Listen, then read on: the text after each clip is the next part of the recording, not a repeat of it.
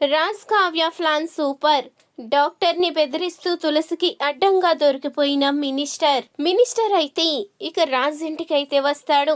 అందరినీ కూడా పరిచయం చేసుకుంటూ ఉంటాడు.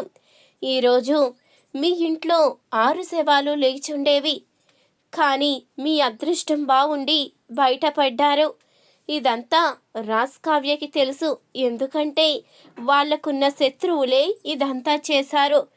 మీరు మీ కొడుక్కి నచ్చ చెప్తారని నేను మీ దగ్గరికి వచ్చాను. ఎందుకండి మనకి లేనిపోని తలపోటు ఎవరితోనో పెట్టుకుని కుటుంబాన్ని ప్రమాదంలో పడేయడమేంటి? రాజ్ కావ్య ఇద్దరికీ కూడా నేను అదే చెప్తున్నాను.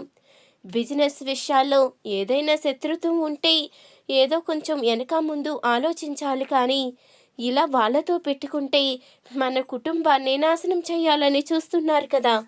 ఇదంతా మీరే అర్థమయ్యేలా చెప్తారని మీ మంచి కోరే నేనొచ్చాను.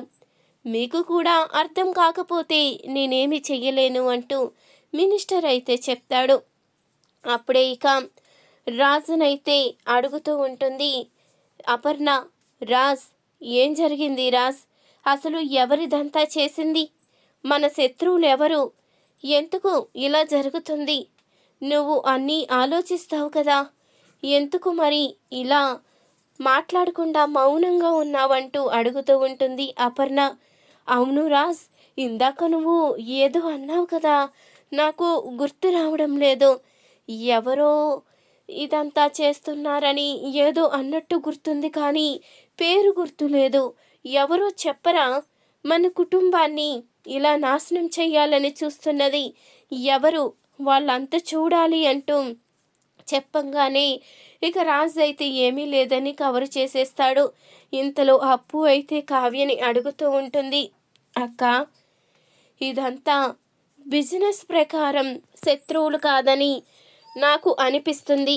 ఎందుకంటే బిజినెస్లో శత్రువులైతే బిజినెస్ మొదలుపెట్టి ఎన్నో సంవత్సరాలైంది. ఇప్పటి వరకు లేని వాళ్ళు ఇప్పుడు మన కుటుంబం మీద పగ తీర్చుకుంటున్నారంటే నేను నమ్మను. ఆ మినిస్టర్ వాలకం కూడా ఏదో తేడాగా ఉంది. అదంతా చూస్తూ ఉంటే వాడే ఇదంతా చేసి కావాలని ఇంటికి వచ్చి అందరికీ వార్నింగ్ ఇస్తున్నట్టు నాకైతే అనిపిస్తుంది. నిజం చెప్పాక అందరూ అయితే నమ్ముండొచ్చు, నేను మాత్రం నమ్మలేదు. ఎందుకంటే నేను ఒక పోలీస్ ఆఫీసర్ని అంటూ కావ్యతో అప్పు అయితే అడుగుతూ ఉంటుంది. ఇంతలో అపర్ణ అయితే సుభాష్తో మాట్లాడుతూ ఉంటుంది. రాజ్ ఏదో నిజాన్ని దాచిపెడుతున్నాడని నాకు అనిపిస్తుందండి. రాజు మన దగ్గర ఏదో నిజాన్ని దాచిపెడుతున్నాడు, ఏదో చెప్పడానికి సందాయపడుతున్నాడు. అసలు మన దగ్గర నిజాన్ని దాచిపెట్టి వాడు టెన్షన్ పడుతున్నాడని అనిపిస్తుంది అంటూ అపర్ణ అయితే చెప్తూ ఉంటుంది. మరొక వైపు రాజు అయితే కోపంతో రగిలిపోతూ ఉంటాడు. మీరు ఆవేశపడకండి, ఈ సమయంలో ఆవేశపడడం మంచిది కాదు అంటూ కావ్య అంటూ ఉండగా, ఆవేశపడడం కాదు కళావతి, వాడు నా కుటుంబం జోలికి వచ్చాడు, వాణ్ణి చంపేసిన పాపం లేదు అంటూ రాజు అయితే అంటూ ఉండగా, మనం ఈ సమయంలోనే చాలా తెలివిగా ఆలోచించాలి. వాడు మన కుటుంబం జోలికి వచ్చాడు, మనం కూడా తెలివిగా ఆలోచించి వాణ్ణి దెబ్బ కొట్టాలి. ఆవేశపడితే మన జుట్టు వాడి చేతిలో పెట్టినట్టే, వాణ్ణి మనం ఎప్పటికీ దెబ్బ కొట్టలేము. వాడు ఏ రూట్లో అయితే వచ్చాడో మనం కూడా అదే రూట్లో వెళ్ళి వాడికి చెమటలు పట్టించాలి. మన కుటుంబం జోలికి రావాలంటేనే వాడు వణికిపోయేలా చెయ్యాలి. మనం అలా ప్లాన్ చేయాలి తప్ప ఆవేశంతో ఆలోచించకూడదు అంటూ కావ్య అయితే చెప్తూ ఉంటుంది. ఇంతలో మరుసటి రోజు ఉదయాన్నే ఊయల్లో పాప అయితే కనిపించదు.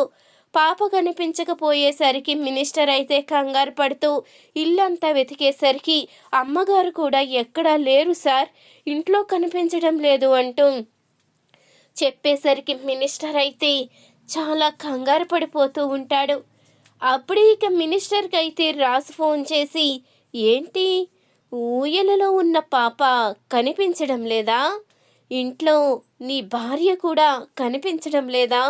పాపం, నీకు ప్రాణానికి ప్రాణమైన నీ భార్య కనిపించడం లేదు. ఈరోజు నేను నీకు పెద్ద షాక్ ఇవ్వబోతున్నాను. అంటూ రాజ్ అనగానే, ఏంటి నా భార్య జోలికి వస్తే చంపేస్తాను అంటూ మినిస్టర్ అయితే అంటూ ఉంటాడు. నీ భార్య జోలికి రాను, నువ్వు దాచిపెట్టిన డాక్టర్ని నేను కనిపెట్టాను.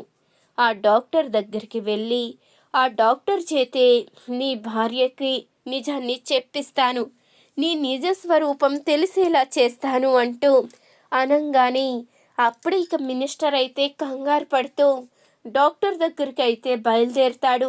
ఇంతలో మినిస్టర్ని అయితే ఫాలో అవుతూ రాజ్ కావ్య ఇద్దరూ కూడా తులసిని తీసుకుని అయితే బయలుదేరుతారు. అప్పుడే ఇక మినిస్టర్ అయితే కంగారుగా డాక్టర్ దగ్గరికి వెళ్తాడు.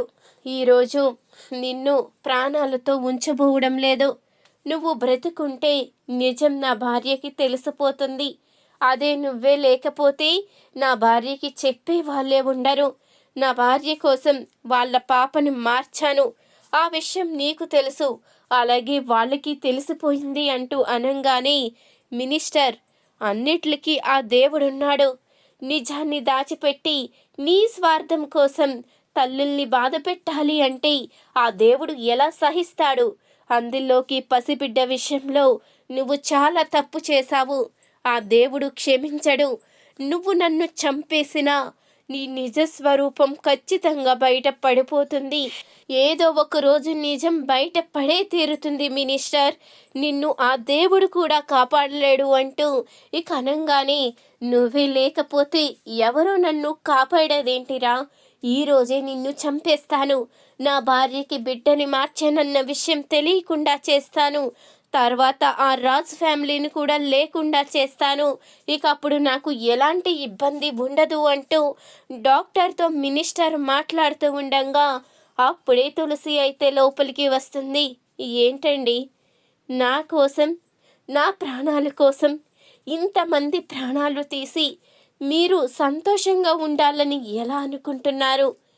మన పాప బ్రతకాలని, నేను సంతోషంగా పాపతో ఉండాలని కోరుకున్నాను తప్ప నేను ఆనందంగా ఉండడం కోసం పరాయి వాళ్ళ బిడ్డను నా సొంతం చేసుకుని ఎవరు శవాలో చూసి సంతోషంగా ఉండాలని నేను అనుకోలేదు. నా పాపని వీళ్ళ ఒడిలో చేర్చి వీళ్ళ పాపని నా ఒడిలోకి చేర్చి చాలా తప్పు చేశారు. అలా చెయ్యడమే కాకుండా మనకి ఇన్ని సంవత్సరాలుగా ఎంతో నమ్మకంగా వైద్యం చేస్తూ మనల్ని కాపాడుతూ వస్తున్న డాక్టర్ గారిని కూడా చంపడానికి వెనుకాడడం లేదు. మిమ్మల్ని చూస్తూ ఉంటే నాకు చాలా కోపంగా ఉంది. ఎందుకు మీరు ఇలా చేస్తున్నారు? నా కోసమేనా? ఇంతమందిని బాధ పెడుతూ నేను సంతోషంగా ఉండాలని కోరుకుంటున్నారే, వీళ్ళు ఉసురంతా తగిలి నేను ఏమైపోతానని ఒక్కసారి కూడా ఆలోచించలేకపోయారా అంటూ ఇక తులసి అయితే మినిస్టర్ని నిలదీస్తుంది. అప్పుడే మినిస్టర్ అయితే తప్పనిసరి పరిస్థితిలో ఇక నిజం మొత్తం బయట పెట్టి, నన్ను క్షమించు తులసి, నేను చేసింది తప్పే, కానీ నీకోసమే ఇదంతా చేశాను, నీకు ఎక్కడ హాని జరుగుతుందో, బిడ్డ బ్రతకదు అని తెలిస్తే నువ్వు నాకు ఎక్కడ దూరమైపోతావన్న భయంతోనే ఇదంతా చేశాను తులసి, నన్ను క్షమించు అంటూ ఇక క్షమాపణ అయితే చెప్తాడు మినిస్టర్. అయితే మీరు క్షమాపణ చెప్పవలసింది నాకు కాదు, వాళ్ళకి, రాజ్ కావ్యకి, వాళ్ళ బిడ్డను వాళ్ళకి అప్పగించి క్షమాపణ చెప్పండి అంటూ అనంగానే ఇక రాజ్ కావ్య ఇద్దరికీ కూడా మినిస్టర్ అయితే క్షమాపణ చెప్తాడు.